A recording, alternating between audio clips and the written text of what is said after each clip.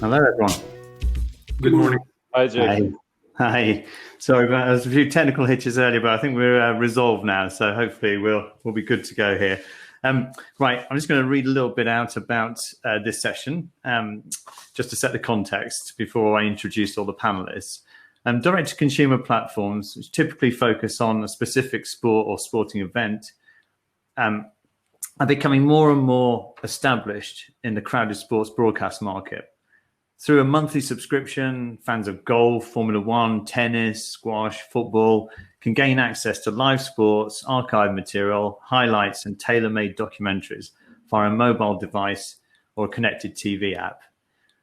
The question is, are these platforms and broader multi-sport OTT platforms eating away at the subscription base of pay TV and traditional sports TV broadcasters? Are consumers happy to access sport through a handful of different apps and platforms rather than a single consolidated service? And what will the broadcast mix look like in the future? I mean, essentially, will all sports eventually go direct to consumer? All sort of questions we can ask our great panelists here, which are, and it's difficult to know exactly where they are on your screen, but on my left is Keegan Pierce, who's international development for UK and Ireland at La Liga. And on my top left is Matt Brown, who's broadcast product manager at the FA. And then on my top right is João. João? João. Yeah, perfect. Yeah. Well, many apologies. João Presa, who's co-founder of MyCujoo, which we'll talk about later on, and has had some exciting news this week, which João can tell us more about shortly as well. What I'd like to do, actually, is give each of our panelists an opportunity to tell you about their OTT and direct-to-consumer platforms, exactly what sort of content's there, how people can access it, monthly costs, how their content is produced, et cetera, et cetera. So essentially, we're going to get a short presentation from each person to explain exactly what they do in this space. And then we can talk more about these type of platforms and what they mean for the broadcast mix. I think given the way that he's sitting on my left on this virtual platform, Keegan, would you mind kicking us off with telling us about La Liga TV and also La Liga Sports TV? Of course. Thanks, Jake, and it's a pleasure to be here with the guests and with the audience today. So, we're La Liga. We represent the top two divisions of men's professional football in Spain and the 42 clubs of La Liga Santander and La Liga Smartbank. Just to speak for a moment about Spain, because I think it's an important actor in this equation. I don't know if you guys have noticed, but of the so-called top five leagues, men's football leagues in Europe, Spain happens to be the country with the smallest population, with the smallest GDP per head, with the smallest pay TV market, both in terms of number of pay TV accounts, but also the value of that market altogether. And so when you think about the success of La Liga's clubs, not just Barça, Real Madrid, Atletico Madrid, but clubs like Sevilla, Villarreal, Athletic Club, Valencia, who've done amazing things on the European stage, you really realize that as a competition, we're punching well above our weights in terms of what the inputs are. And that's one of the reasons why innovation is very much part of our DNA as an organization, that we understand that you can't compete to be the top league in Europe just based upon the raw material itself. You need to make sure you're doing things differently and doing things smarter.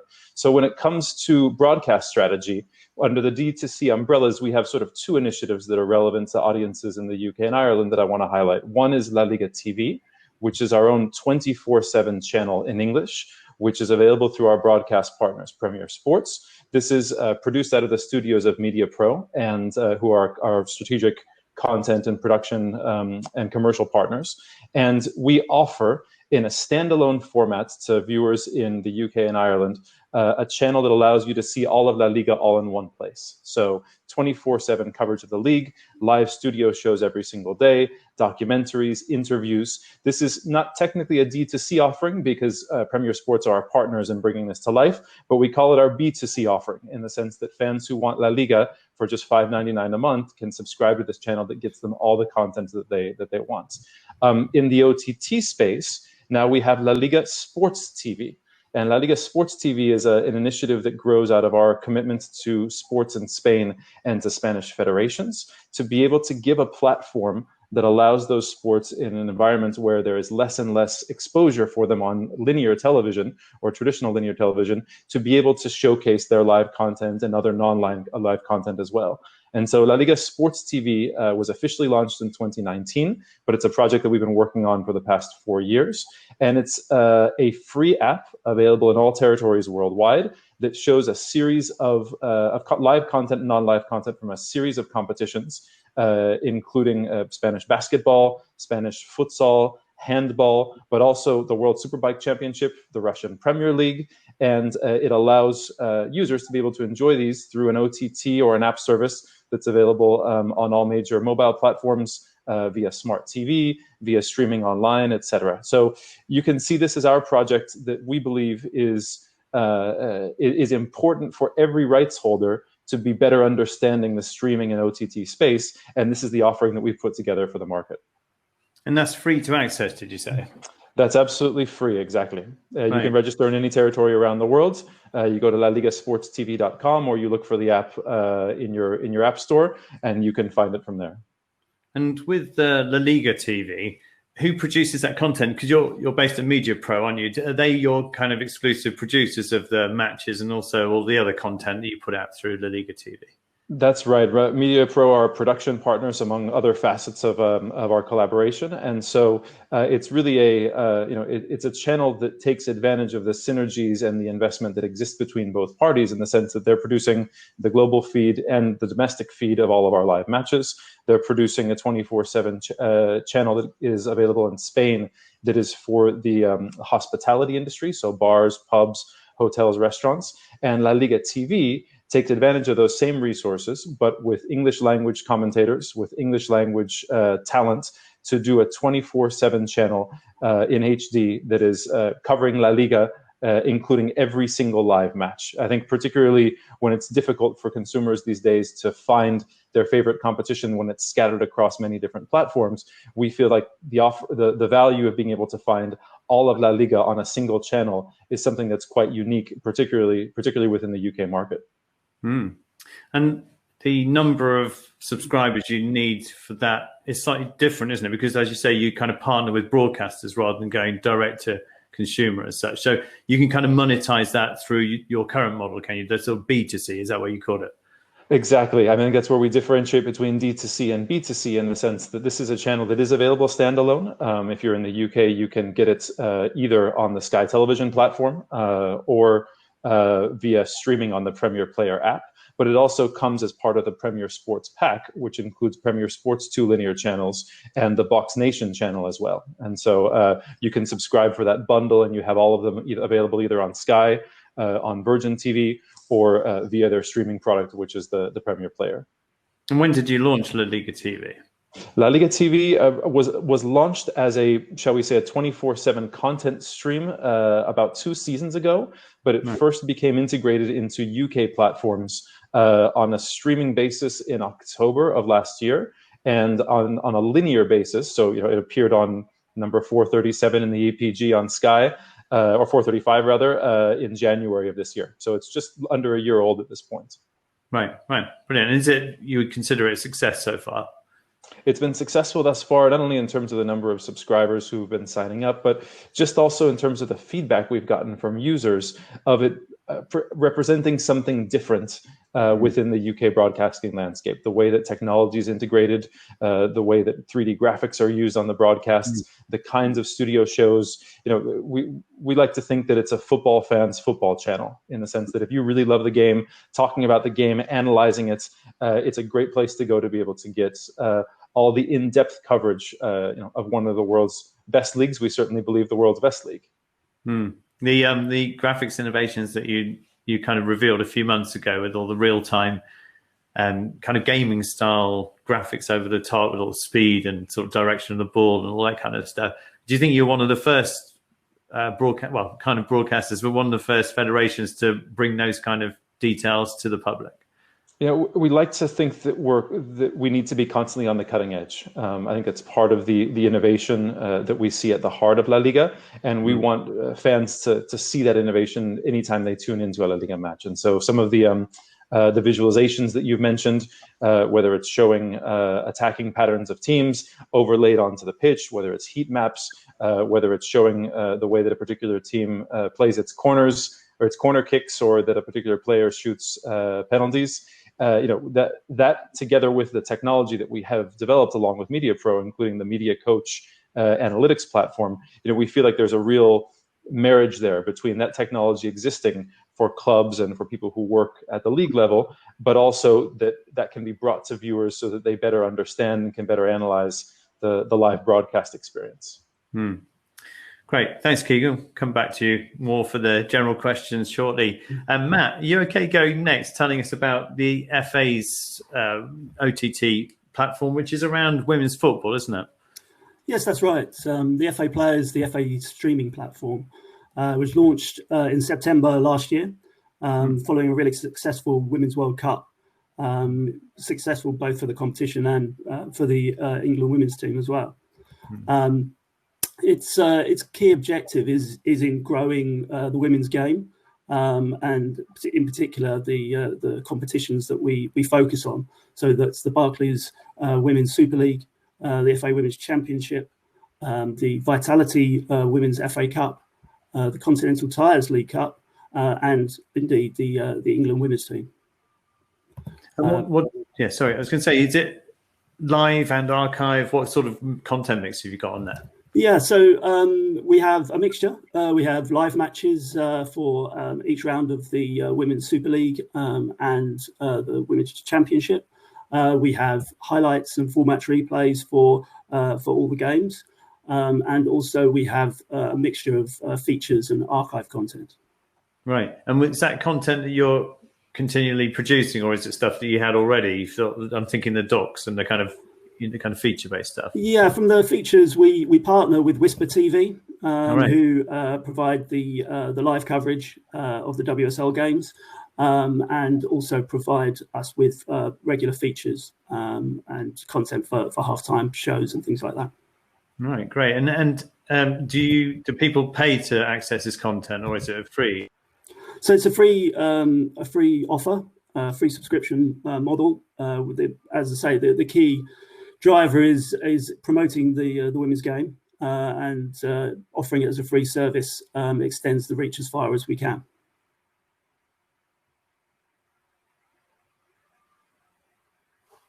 I think Jake. Jake frozen there. Yeah. We may need to see if Jake comes back, or maybe have him throw some questions to us in the chat, and Matt can keep going in the meantime. I'll keep going in the meantime, sure. Yeah. Right. So yes, You're back. Sorry, yeah. Thanks for letting me know. And if that happens again, please do let me know, because for me, it looks fine. I carry on talking, and there's no even indication on the platform that I've gone. So yeah, if it happens again, do let me know, because all I have to do is leave and come back. So apologies for that. Thanks for the improv as well. That's good. I need it again shortly.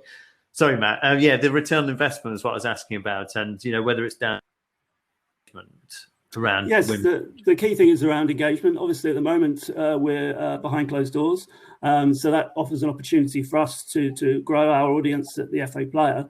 But it also poses a challenge for when games do come back, fans do come back to stadiums. How can we convert those users that have subscribed to the FA Player to going and attending games? And at the moment, are you kind of spreading awareness of this platform to sort of football fans generally? Well, so we have social channels for each of the competitions that are promoting the coverage. We have obviously a CRM team standard marketing approach that anyone else would have. We've got a big push this weekend. We have the Women's Football Weekend coming up, which is sort of one of the highlights of the year in the women's calendar. And so we're having a big push. We've got usually the games are obviously sort of going out at the same time, but this weekend we have spread the fixtures across the weekend so that fans can watch games for the whole weekend, really. And will all those matches be available live streamed? That's correct, yeah. Great. Yeah. I should say that it's available on web and iOS and Android. Web is faplayer.tv, It's available globally, and we have certain restrictions due to the rights packages that we have in certain territories. The main partners in the UK being BT Sport and the BBC. So there are some restrictions there. And then we have international deals again, where we are restricted on showing some of the live video, but we have audio commentary available globally. Fantastic. And when you're searching through the App Store, is it the same name that you should look for? Yes, FA Player. FA Player. Cool. All right. Thanks, Matt.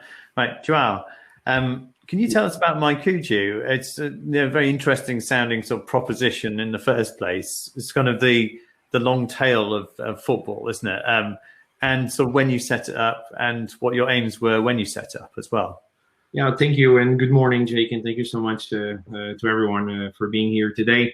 Definitely, the proposition is completely different from the two cases that we spoke earlier today here, for the reason that we were always from the beginning and from inception a technology development company ourselves. We have our own OTT, our own technology team in-house, right, and we control the end-to-end process. And when we early started as well as a business proposition was exactly to empower, with the same principles actually as both, either to develop new markets or as well develop content that was actually not having the same exposure, the case of DFA with women's content. But we went much broader, right? Because our vision has been from the beginning to help or allow that every football fan and every football club in the world can access the content of their teams, or that the teams can access their fans. Knowing, of course, as a principle that, let's say, only 5% of the worldwide content, Premier League, La Liga, name it, is actually accessible and actually is monetizable. And when you look in that perspective, right, even further, you can understand that the big money or the big revenues are behind those same TV rights and distribution, and then everything empowers around it, like sponsorship, advertisement, name it, or even exposure of the players that itself drive more sponsors and fans and conversion of fans, right? And yeah, when we look into the market, we saw that 95% of the world was actually that's sort of a figure number, but not having the same exposure. And we went with an offering started very early. We were in Zurich in Switzerland, and we started like building a proposition that would be football focused, because we naturally, as a startup, we need to be extremely focused and data driven and KPI driven for the obvious reasons that we start early and we don't have all the cash available in the world to go and acquire rights, for example. That's just an example. And yeah, we started like with 1-2 people like Pedro and I, and then today we scaled to an organization of more than 50 people working full time, broadcasting more than 22 live matches last year, reaching an audience above 23 million unique users, only around long tail women's and youth football worldwide, with exclusive matches. Of course, the big difference here as well is that, of course, we need to look into a model that needs to be very flexible naturally, not only because we have the space to do that being a technology company, and we can iterate in our processes both for monetization, but as well user conversion and user retention, as we look a lot into data to serve our fans, but as well into production, right? Because being a company like this, we look into the market, and the biggest problem that most of the federations, content rights owners that we work with, they struggle a lot with money even to produce content, right? And we as well, we are not focused on production, so we are pretty much a plug-in platform where you connect and you broadcast your match. So we have to serve two ends, right? The consumer, but as well the broadcaster. Basically, adding to that, we have multiple different business models, name it pay-per-view, bundle, or subscription of those same pay-per-views, because we work with full competitions. But as well, we have a freemium model around sponsorship, where we precisely allow different types of annotations over the video, where you can spot an advertisement when it's a goal scored. It comes goal scored by, I don't know, Keegan and sponsored by La Liga, or even on down the scorer, right? You can be watching an FA match and have like a sponsored below the counter any brand. To the partners, it's a bit different, right? Because we do partnerships in order to enable them to precisely increase their revenues, but to increase their audiences. And we have also multiple business models behind scenes that actually empower us to actually be able to continue scaling. That's it. If I can continue, just to add that, of course, as we moved in the last 5 years, we've been growing a lot, but as well increasing our purpose to the rights owners. And now we're starting to work with a lot of rights owners, such as La Liga or the FA, which are more premium. Of course, they don't want to be sometimes present in the platform with a long tail offering. But that's why we developed the MyCujoo Live services, which is basically the tools that we have, and they're really cool because behind scenes, what you can do is like you can basically during the live match, you do live or on demand, you get the same offering, but basically you can just tag multiple events during the live match, and this generates in real time as well multiple segments of this video, creating highlights to the view, so the user can land into the event and click back and forward and watch a goal, or what was the player that scored his goal, and you click on this player and you go and see his goals or her goals, and so forth. And the most cool thing is that then on top you can click on a button, generate automatic highlights, and then multiple revenue streams opportunities as well. Yeah, and that's it. And now we had a small evolution of our path. Where we are today, but I'll leave it to you probably because I spoke a bit too much. And that's great. And this technology that you're talking about to enable this kind of tagging to get the highlights done literally at the end of the game, is that technology you've created yourself?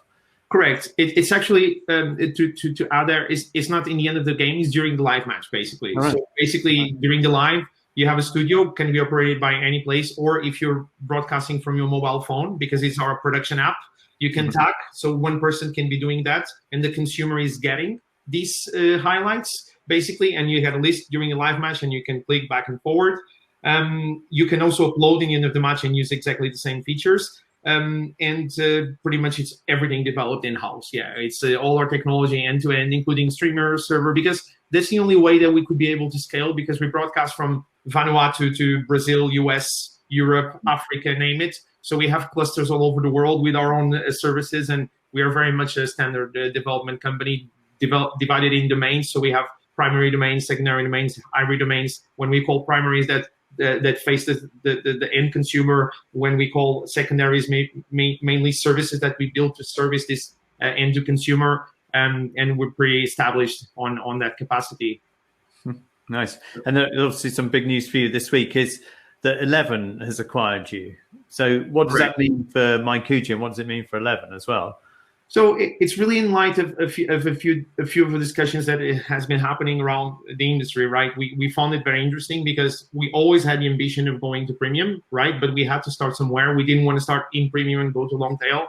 I think our dream was very still, and it is still very democratic and very around the passion around sports. We also wanted to go to other sports, but of course, due to KPI reasons and data, historical data proven points around revenues, we had to focus. And that was our main reason about only sticking with football, because MyCujoo states for the earliest commercial sport that happened in the world, Kujoo, which is in China, around 1,000 years ago, was the first form of, let's say, commercial sports with sponsors and also women and men competing together.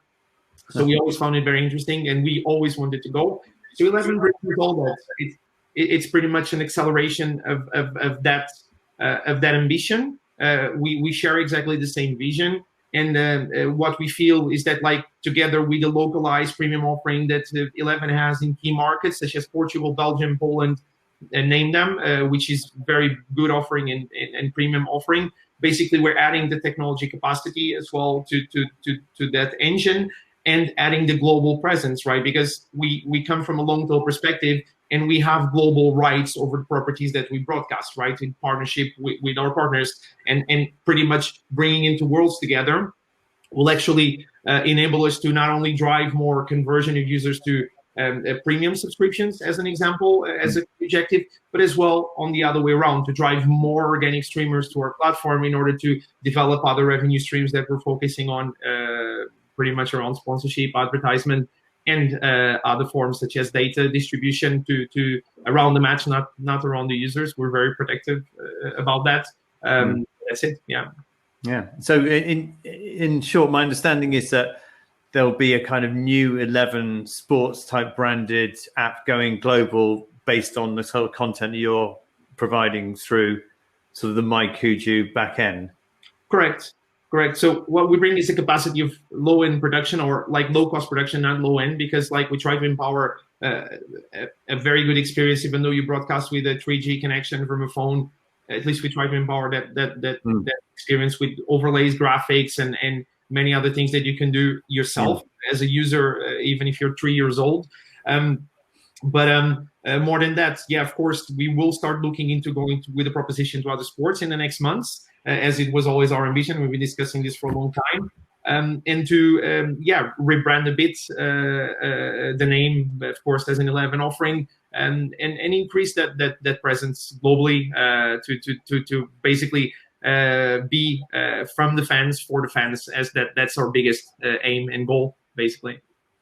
Great stuff. Well, thanks, Saul, for that fantastic explanation of each of your sort of D2C platforms and exactly what you cover there. That was really good. Have a quick look to my right. We are getting some questions from people watching out there, and I don't want to miss out. So I'll just do this, go through all my own questions, and we've got about 3 seconds at the end to look at people's questions coming in. So I'm going to read here, and then we can go to mine, but these are probably more interesting anyway. Right, the first one, there's more. Let me just scroll up. Right, okay, it's got quite a lot of questions here, actually. Right, very quick one, should be easy enough to answer this one. Are your OTT platforms developed and maintained in-house or outsourced? Keegan's kind of explained already the Media Pro involvement. I don't know if there's anything else to add to that, Keegan. I think when we talk about our D2C OTT offering, La Liga Sports TV, it is indeed an in-house project. I think one of the main reasons behind this is for us to develop expertise in this area, and so it's been developed primarily in-house within La Liga. Yes. Right. And actually, do you have plans to grow that as well?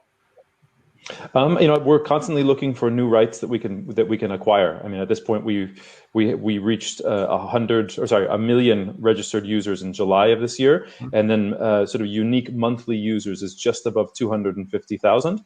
And so we're constantly looking for ways that we can acquire additional rights and content that allow us to gain more users, both in Spain but also in other territories around the world. Yeah, how does it break down in terms of Spain versus the rest of the world in terms of the numbers?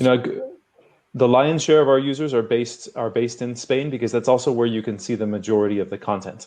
The content is slightly more limited if you're watching in a territory from outside of Spain, but we also have a number of territories where we've seen people signing up really almost more out of curiosity for the user experience and to see what La Liga Sports TV is like as a streaming platform. Okay, Matt, same question to you. It's all developed and maintained in-house, is it, the FA for yours? No, you said Whisper produced the content, yeah. Yeah, so we have a number of partners that contribute content. Whisper's the main content partner, but as I say, we have a number of other partners, including our in-house team that create content for the FA player. But as far as the OTT platform is concerned, we have our main partner is Stream AMG, who build and maintain the platform. We also work closely with Cognizant as well. Okay, that's great to hear. And João, what about? Presumably, it's all going to change now for you. Yeah, pretty much. I think, let's say that speaking about MyCujoo itself, going back to where we were. Maybe we can explain a bit further where we are. But we when it comes to content, we don't produce any content, so we empower the rights holders to produce with us. And basically, we partner with more than 800 competitions, basically worldwide, that allows us to kind of fit into our model of the 22,000 live matches last year.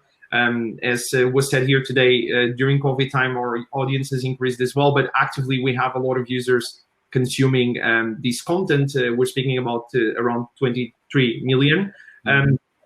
And technology, of course, is all in-house, as I explained before. So we develop our own tools, and actually brings us to the right place in my perspective, because we're extremely data driven. So every iteration that we do in the platform is always through an MVP launch, instead of like going with a full end product. And then if it works out to the user, we try to improve those offerings, and that's why we really love to do it in-house, basically. Yeah.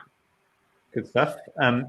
Right, let me go down.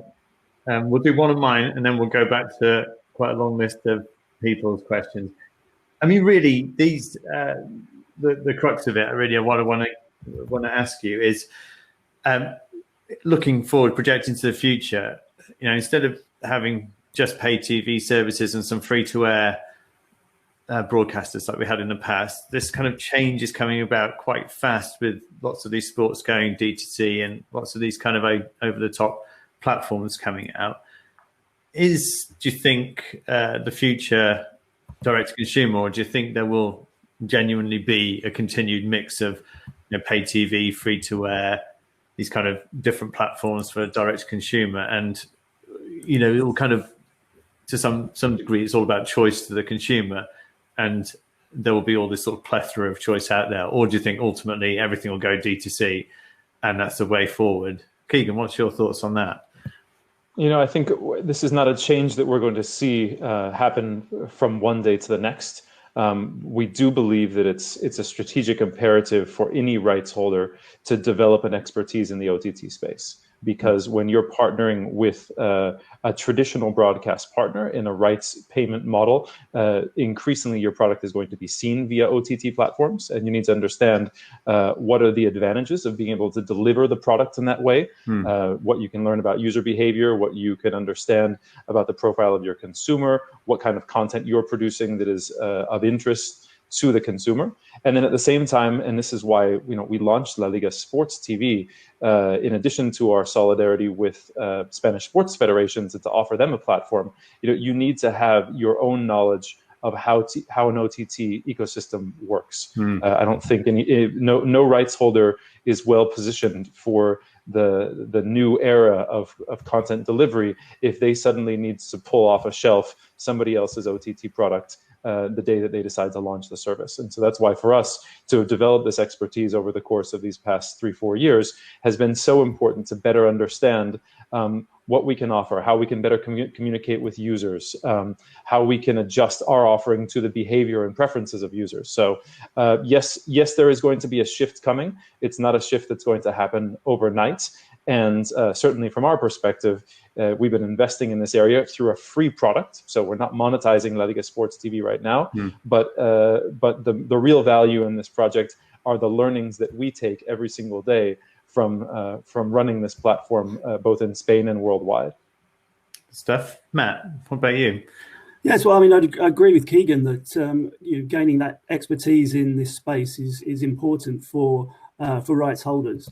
But you know, I think it's not for everyone. Streaming live events is not straightforward. It's a very detailed and complex problem to solve, and you know, it's not cheap either. It's there's a lot of expense involved in bringing these products to market. I think what I'd say, though, you know, particularly in the current climate, you know, people's budgets are being squeezed considerably. And while, you know, some of the bigger sports might still have budget for such tools, I think we're seeing already lots of the smaller sports sort of grouping together. Examples such as the British Olympic Association pulling together a number of sort of umbrella sports there. So we've seen Matchroom Live pulling together a number of different sports under a single umbrella. So I think that bundling is inevitable. But also I would say that I think there is a place for dedicated products focusing on specific offerings, just because they're able to bring users closer to the game, to the particular sport, and offer a much richer experience. And that's certainly where we're going to focus on is enriching that experience for, you know, the super fans. To bring them closer to the game, which, you know, if bundling were to happen, which I'm sure it inevitably will do at some point down the track, there will that detail of the live experience won't necessarily be available. Thanks, Matt. And João, what's your opinion on this, the kind of future broadcast options? I think it always goes down to pretty much like I think Keegan and Matt touched like very important points, like what are your objectives first of all as a broadcaster or as a company itself? Are there revenues, or is it to just increase your proposition and convert more users and learn more about them to then monetize them in a different space? It can be, you know, or as a direct to consumer, you want to monetize immediately these users because that's your commercial need, right? And pretty much it all goes down to that as a first point, and then looking into the users, right? Because I think those are two different questions, and what the user wants and what they don't want. And in all, I think I can speak about data that we have, and pretty much it's a huge variety of discussions, because like it depends also on the level of the content that you're offering and the user is expecting. But you can actually see the same level of passion in long tail as you see in premium, right? People are willing to pay to consume long tail content if it's connected to them somehow emotionally, through any part of what you want to connect through, either the club or the player that is on the pitch. I do see that if we speak about, let's say, an offering to direct to consumer purely as a premium offering, because I have a D2C and I acquired the La Liga rights as a specific business case. And I need to monetize them immediately, so I need to build a subscription-based audience. I do see that like it's increasing more and more, just to be very fast, the amount of products that are offered in the market. So I naturally see that digital will go pretty much as linear is going in today's world, like with a cable bundling of offerings, and then you pay one subscription and you have all these options. I do see that happening in a lot of markets with lower incomes, such as Brazil, for example. Disney Plus launched now in a partnership with Globo, for example. Germany has been doing this for a long time, where it even bundles Spotify together with German TV and the Zone. So yeah, I think trends will evolve according to the requirements of the business owners and the users itself, basically. Yeah. Great. And this, right, here we go. I'm going to go delve into this audience selections here. Right, next one. How do you manage the exclusivity trade-off with your linear rights holders? Which is a good point. Keeping top quality back for the direct-to-consumer platform, does that upset the linear broadcasters? And how do you limit content to the correct territories? So numerous questions in there. If we could keep it reasonably short. Keegan, do you want to sort of talk a little bit about that sort of exclusivity stuff? Yeah, I think that the two pillars of our content strategy that I mentioned, the La Liga TV as a product, linear product, and then La Liga Sports TV as a OTT or D2C product, that's already differentiated in the sense that our football content is available through our linear offering, at least in the UK and Ireland markets. And then thus far, we've had fairly little football content available through La Liga Sports TV. Yes, we've had monetized availability of La Liga Smart Bank, our second division rights within Spain for a period of time. But really the focus at this point is all of those other sports: handball, basketball, futsal, badminton, boxing, karate, and those are all sports that we're using to sort of feature on our OTT platform. And it means that both of those models can coexist alongside each other. But we do think that having an OTT offering is complementary to a linear broadcast strategy as opposed to being competitive to it. Okay. And Matt, you presume you have to come up there and think about these issues as well? Yes, absolutely. I mean, a lot of these sort of questions are bottomed out in the negotiations with the rights partners. But yes, it's key to ensure that we don't give away the crown jewels, and we are able to cover a good level of games exclusively on the FA Player as well. So I mean, I think it's a difficult problem to solve, and one that is solved differently in different territories with different agreements. I think we choose our partners carefully to ensure that they're driven by the same motives as us, which is to increase the engagement with the competitions, and so we engage in a lot of sort of cross promotion with the broadcasters, so that when games may not be available on the FA Player from a video perspective, that we are pushing users to where it is available in their territories. So that working together with broadcasters in that way, we're able to keep pushing that message. And then also having audio available globally means that there's always a reason to come to the FA Player. And João, because you weren't dealing with the sort of premium side of things, but is this something that you've at the moment didn't bother you too much? Yeah, definitely, because even though it doesn't look premium to us in Europe, we do broadcast a lot of premium content in certain regions that are premium to the users there. I think, again, it's all about the users. I think exclusivity is extremely important. I cannot hide that, because like in terms of communication, branding, and a lot of other things, because if you want to retain these users and you want to convert them into customers, it's really important for you to communicate with them in a very coordinated way. And if the user is like somehow or somewhat, like, of course, if the rights are available, right, like a bit lost is, okay, this match is going to be here, or this other match is going to be there. We have a partnership with DAZN, for example, in Brazil for Series C rights, where we broadcast part of the matches and they broadcast others. So certain markets require that, but exclusivity is very important. And as well, that you own local content from the local market as well, right? Because data says as well from our experiences that if you broadcast, for example, the Brazilian Series C in Europe, the audience is going to be 1% of the audience that actually consumes it in Brazil. So all these things are relevant in terms of business building and perspective. And of course, I speak not from the rights owner. Well, I'm a rights owner because I acquire rights. I speak more in the service view.